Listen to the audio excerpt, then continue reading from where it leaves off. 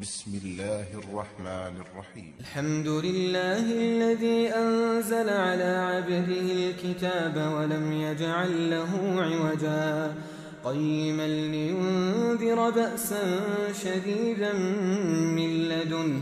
ويبشر المؤمنين الذين يعملون الصالحات أن لهم أجرا حسنا ماكثين فيه أبدا وينذر الذين قالوا اتخذ الله ولدا ما لهم به من علم ولا لآبائهم كبرت كلمة تخرج من أفواههم إن يقولون إلا كذبا فلعلك باخع نفسك على آثارهم إن لم يؤمنوا بهذا الحديث أسفا إنا جعلنا ما على الأرض زينة لها لنبلوهم أيهم أحسن عملا وإنا لجاعلون ما عليها صعيدا جرزا أم حسبت أن أصحاب الكهف والرقيم كانوا من آياتنا عجبا إذ أوى الفتية إلى الكهف فقالوا ربنا آتنا من لدنك رحمة وهيئ لنا من أمرنا رشدا فضربنا على آذانهم في الكهف سنين عددا ثم بعثناهم لنعلم أي الحزبين أحصى لما لبثوا أمدا نحن نقص عليك نبأهم بالحق إنهم فتية آمنوا بربهم وزدناهم هدى وربطنا على قلوبهم إذ قاموا فقالوا ربنا رب السماوات والأرض لن ندعو من دونه إلها لقد قلنا إذا شططا هؤلاء قومنا اتخذوا من دونه آلهة لولا يأتون عليهم بسلطان بين فمن أظلم ممن افترى على الله كذبا وإذ اعتزلتموهم وما يعبدون إلا الله فأووا إلى الكهف ينشر لكم ربكم من رحمته ويهيئ لكم من أمركم مرفقا وترى الشمس إذا طلعت تزاور عن كهفهم ذات اليمين وإذا غربت تقرضهم ذات الشمال وهم في فجوة منه ذلك من آيات الله من يهد الله فهو المهتد ومن يضلل فلن تجد له وليا مرشدا وتحسبهم أيقاظا وهم رقود ونقلبهم ذات اليمين وذات الشمال وكلبهم باسط ذراعيه بالوصيد لو اطلعت عليهم لوليت منهم فرارا ولملئت منهم رعبا وكذلك بعثناهم ليتساءلوا بينهم قال قائل منهم كم لبثتم قالوا لبثنا يوما أو بعض يوم قالوا ربكم أعلم بما لبثتم فابعثوا أحدكم بورقكم هذه إلى المدينة فلينظر أيها أزكى طعاما فليأتكم برزق منه وليتلطف ولا يشعرن بكم أحدا إنهم إن يظهروا عليكم يرجموكم أو يعيدوكم في ملتهم ولن تفلحوا إذن أبدا وكذلك أعثرنا عليهم ليعلموا أن وعد الله حق وأن الساعة لا ريب فيها إذ يتنازعون بينهم أمرهم فقالوا ابنوا عليهم بنيانا ربهم أعلم بهم قال الذين غلبوا على أمرهم لنتخذن عليهم مسجدا سيقولون 3 رابعهم كلبهم ويقولون 5 سادسهم كلبهم رجما بالغيب ويقولون 7 وثامنهم كلبهم قل ربي أعلم بعدتهم ما يعلمهم إلا قليل فلا تمار فيهم إلا مراء ظاهرا ولا تستفت فيهم منهم أحدا ولا تقولن لشيء إني فاعل ذلك غدا إلا أن يشاء الله واذكر ربك إذا نسيت وقل عسى أن يهديني ربي لأقرب من هذا رشدا ولبثوا في كهفهم 300 سنين وازدادوا 9 قل الله أعلم بما لبثوا له غيب السماوات والأرض أبصر به وأسمع ما لهم من دونه من ولي ولا يشرك في حكمه أحدا واتل ما أوحي إليك من كتاب ربك لا مبدل لكلماته ولن تجد من دونه ملتحدا واصبر نفسك مع الذين يدعون ربهم بالغداة والعشي يريدون وجهه ولا تعد عيناك عنهم تريد زينة الحياة الدنيا ولا تطع من أغفلنا قلبه عن ذكرنا واتبع هواه وكان أمره فرطا وقل الحق من ربكم فمن شاء فليؤمن ومن شاء فليكفر إنا أعتدنا للظالمين نارا أحاط بهم سرادقها وإن يستغيثوا يغاثوا بماء كالمهل يشوي الوجوه بئس الشراب وساءت مرتفقا إن الذين آمنوا وعملوا الصالحات إنا لا نضيع أجر من أحسن عملا أولئك لهم جنات عدن تجري من تحتهم الأنهار يحلون فيها من أساور من ذهب ويلبسون ثيابا خضرا من سندس واستبرق متكئين فيها على الأرائك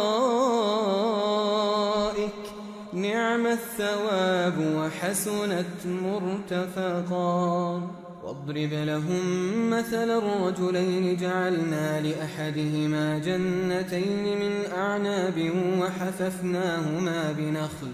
وجعلنا بينهما زرعا كلتا الجنتين آتت أكلها ولم تظلم منه شيئا وفجرنا خلالهما نهرا وكان له ثمر فقال لصاحبه وهو يحاوره أنا أكثر منك مالا وأعز نفرا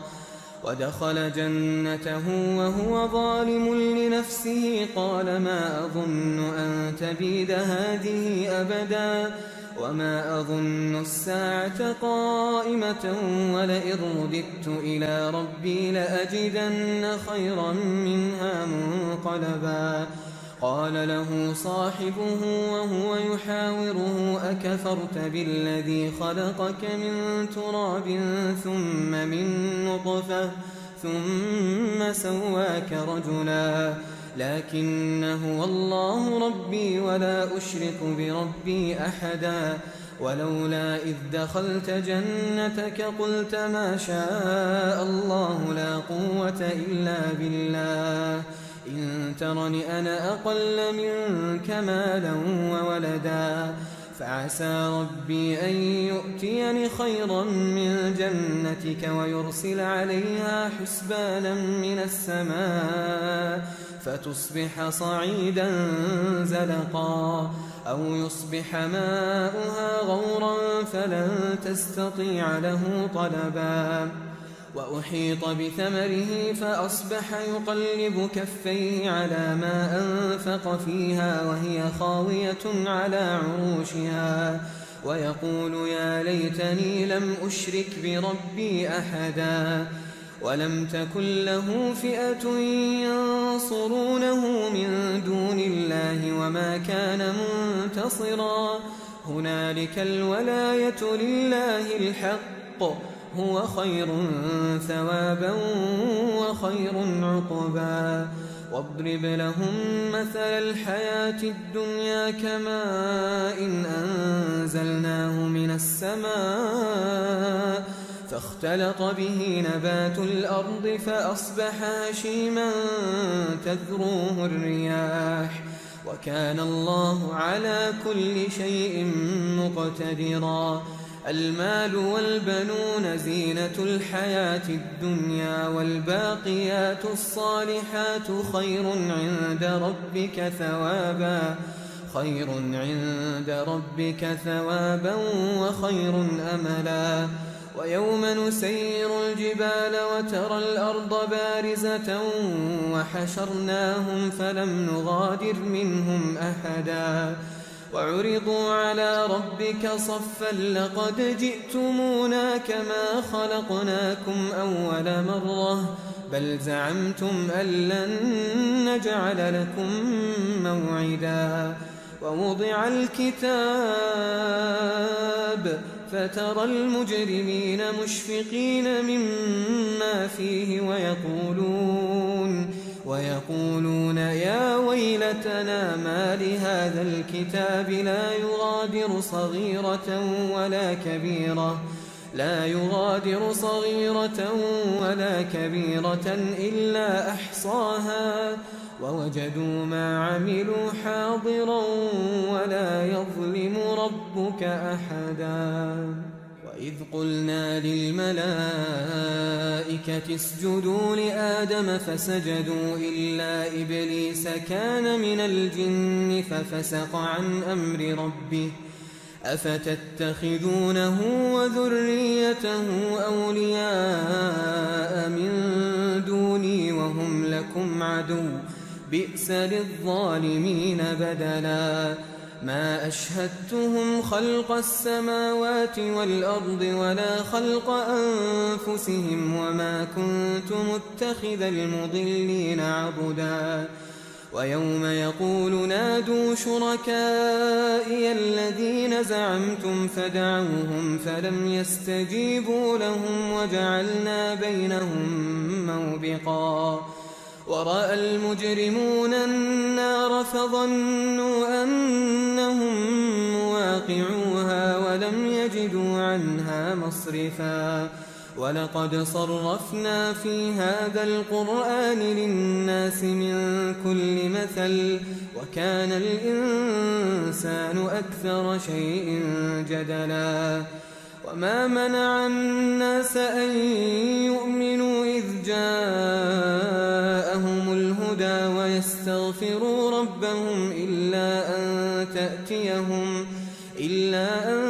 تأتيهم سنة الأولين أو يأتيهم العذاب قبلا وما نرسل المرسلين إلا مبشرين ومنذرين ويجادل الذين كفروا بالباطل ليدحضوا به الحق واتخذوا آياتي وما أنذروا هزوا ومن أظلم ممن ذكر بآيات ربه فأعرض عنها ونسي ما قدمت يداه إنا جعلنا على قلوبهم أكنة أن يفقهوه وفي آذانهم وقرا وإن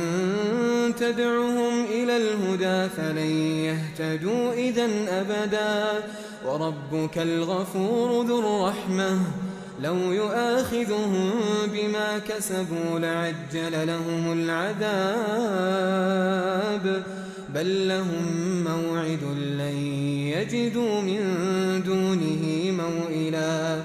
وتلك القرى أهلكناهم لما ظلموا وجعلنا لمهلكهم موعدا وإذ قال موسى لفتاه لا أبرح حتى أبلغ مجمع البحرين أو أمضي حقبا فلما بلغا مجمع بينهما نسيا حوتهما فاتخذ سبيله في البحر سربا فلما جاوزا قال لفتاه آتنا غداءنا لقد لقينا من سفرنا هذا نصبا قال أرأيت إذ آوينا إلى الصخرة فإني نسيت الحوت وما أنسانيه إلا الشيطان أن أذكره واتخذ سبيله في البحر عجبا قال ذلك ما كنا نبغي فارتدا على آثارهما قصصا فوجدا عبدا من عبادنا آتيناه رحمة من عندنا وعلمناه من لدنا علما قال له موسى هل أتبعك على أن تعلمني مما علمت رشدا قال إنك لن تستطيع معي صبرا وكيف تصبر على ما لم تحط به خبرا قال ستجدني إن شاء الله صابرا ولا أعصي لك أمرا قال فإن اتبعتني فلا تسألني عن شيء حتى أحدث لك منه ذكرا فانطلقا حتى إذا ركبا في السفينة خرقها قال أخرقتها لتغرق أهلها لقد جئت شيئا إمرا قال ألم أقل إنك لن تستطيع معي صبرا قال لا تؤاخذني بما نسيت ولا ترهقني من أمري عسرا فانطلقا حتى إذا لقيا غلاما فقتله قال أقتلت نفسا زكية بغير نفس لقد جئت شيئا نكرا قال ألم أقل لك إنك لن تستطيع معي صبرا قال إن سألتك عن شيء بعدها فلا تصاحبني قد بلغت من لدني عذرا فانطلقا حتى إذا أتيا أهل قرية استطعما أهلها فأبوا أن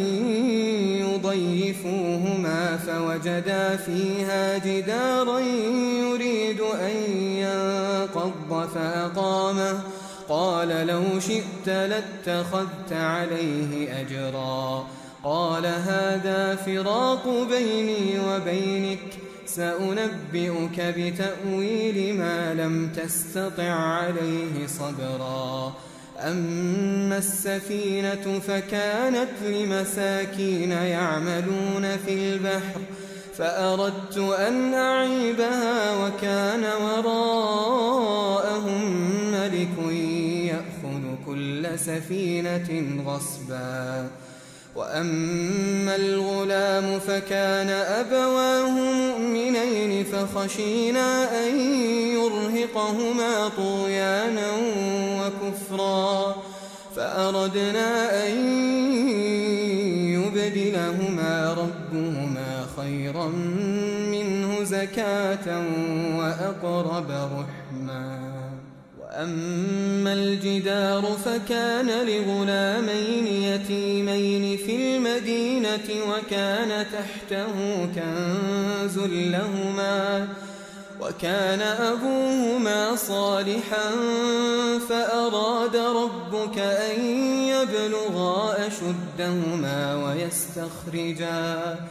ويستخرجا كنزهما رحمة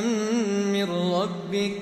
وما فعلته عن أمري ذلك تأويل ما لم تسطع عليه صبرا